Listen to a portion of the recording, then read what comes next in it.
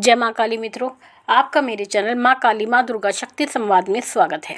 मित्रों, अगर आप मेरे चैनल पर नए हैं तो आप मेरे चैनल को सब्सक्राइब कीजिए, लाइक कीजिए, शेयर कीजिए। साथ ही नोटिफिकेशन बेल को भी प्रेस कीजिए, जिससे आने वाली वीडियोस का नोटिफिकेशन आपको तुरंत मिल जाए। मित्रों, आज का जो विषय है वो विषय ये है कि आपकी पूजा पाठ में बहुत सारी ऐसी गलतियां होती हैं या आपके घर के मंदिर में कुछ ऐसी गलतियां होती हैं जिस कारण से आपको पाप लगता है, दोष लगता है और आपके घर में परेशानियां आती हैं। तो आप इन छोटी छोटी बातों का ध्यान रखकर बहुत सारी परेशानियों से बच सकते हैं। तो वही बातें मैं आज आपको बता रही हूँ। देखिए मित्रों, आपका जो घर का मंदिर होता है, यानी आप जहाँ पर अपने भगवान की स्थापना करते हैं, अपने देवता की स्थापना करते हैं, वो मंदिर आपका ईशान कोण में होना चाहिए, क्योंकि ईशान कोण में ही देवताओं का वास होता है। और ईशान कोण होता है आपके घर का पूर्व और उत्तर दिशा का कोना। तो वहाँ पर उस मंदिर को आप स्थापित करें। आपके घर के मंदिर में कलश अवश्य होना चाहिए। कलश यानी जो जल से भरा लोटा होता है वो अवश्य होना चाहिए, और उस पर नारियल भी अवश्य होना चाहिए। अगर आपका घर का मंदिर है तो उस मंदिर में आपको अपने मृत परिजन की फ़ोटो बिल्कुल नहीं लगानी चाहिए।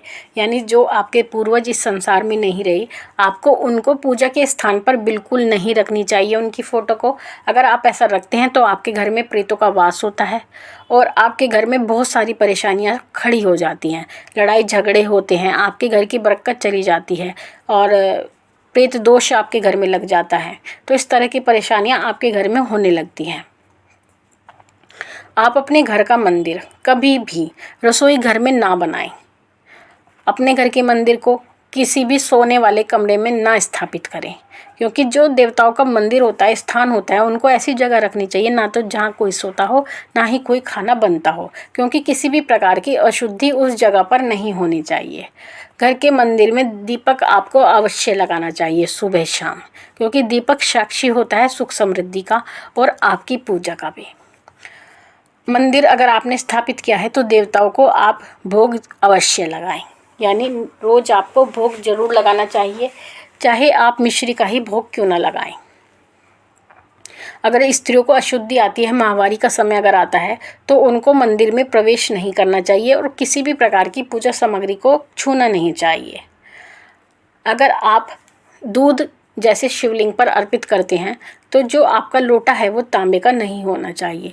मैं बहुत देखती हूँ, मंदिर में भी जाती हूँ, लोग क्या करते हैं, तांबे के लोटे में दूध लेकर आते हैं। इसका एक साइंटिफिक कारण भी होता है और साथ ही ये कहा जाता है कि जो तांबे में दूध डाला जाता है तो उसमें एक रासायनिक प्रक्रिया शुरू हो जाती है और वही प्रक्रिया उस दूध को विष बना देती है। तो जब वो विष बन जाता है तो वही विष आप भगवान शंकर को चढ़ाने के लिए चल देते हैं। तो आप कभी भी दूध को तांबे के लोटे में ना चढ़ाएं, यानी शिव को और अपने पितरों को बिल्कुल भी तांबे के लोटे में दूध डालकर ना दें।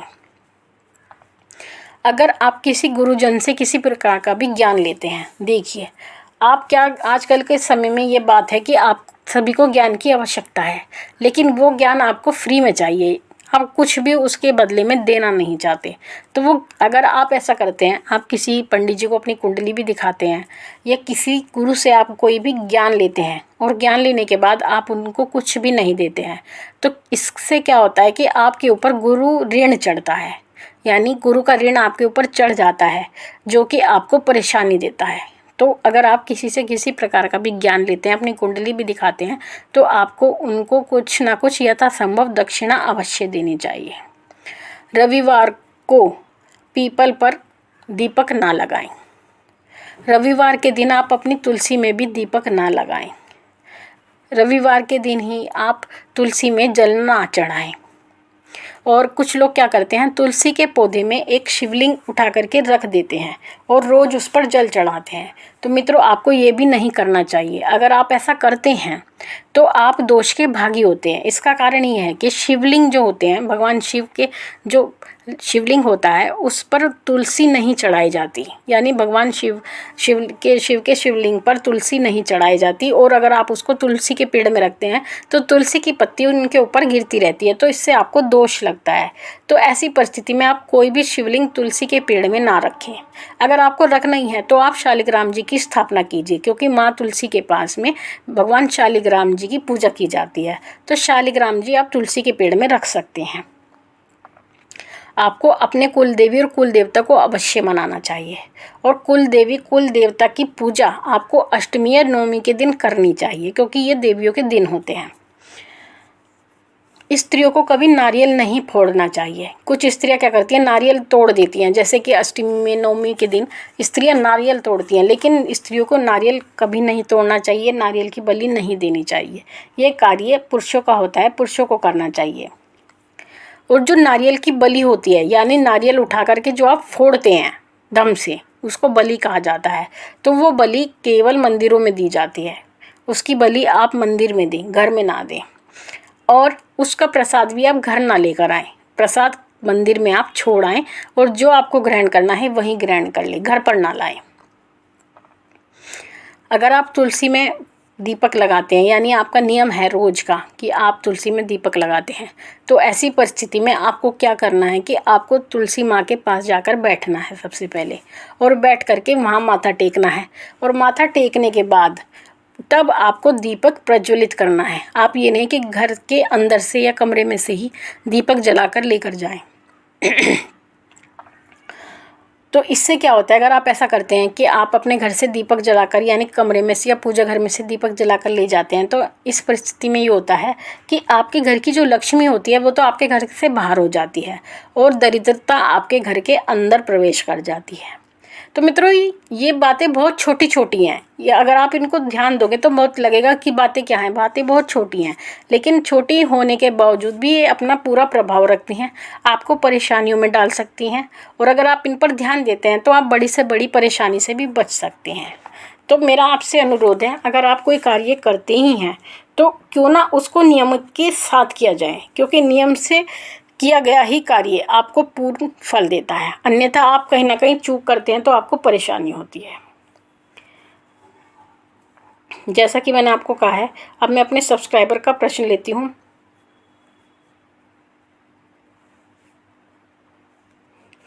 मित्रों, आप मुझे बहुत कॉल करते हैं, जिस कारण से मैं बहुत परेशान रहती हूँ। मैं कोई भी कार्य ढंग से नहीं कर पाती। उसमें जो है, अब मैं प्रश्न ले रही हूँ, वो प्रश्न है ज्योति खटाना जी का। इन्होंने मुझसे कहा है, माँ आपको प्रणाम।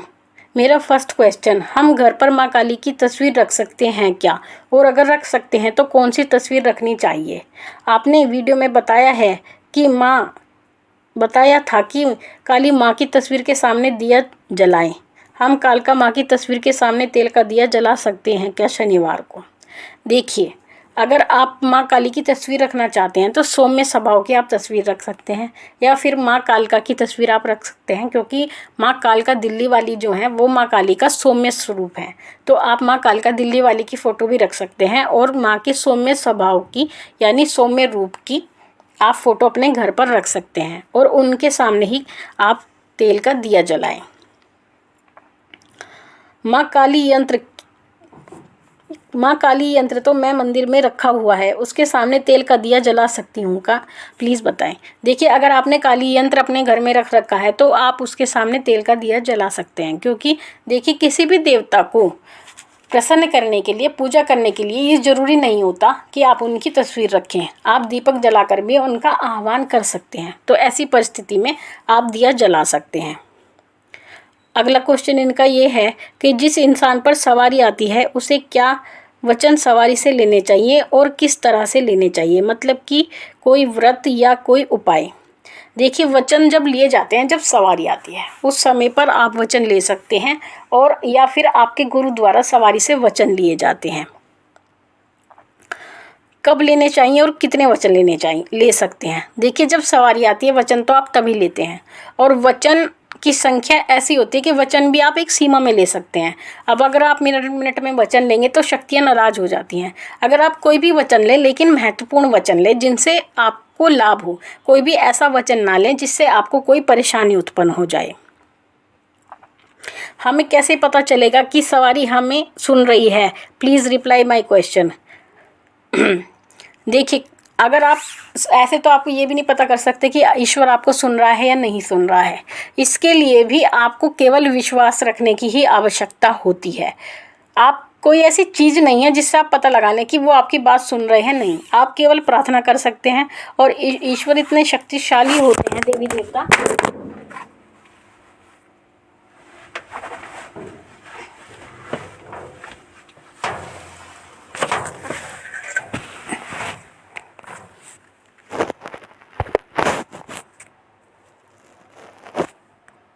देवी देवता इतने शक्तिशाली होते हैं कि वो आपकी हर बात को सुन सकते हैं। केवल आप अपने मन से बात कहिए तो वो बात उन तक पहुंच जाती है।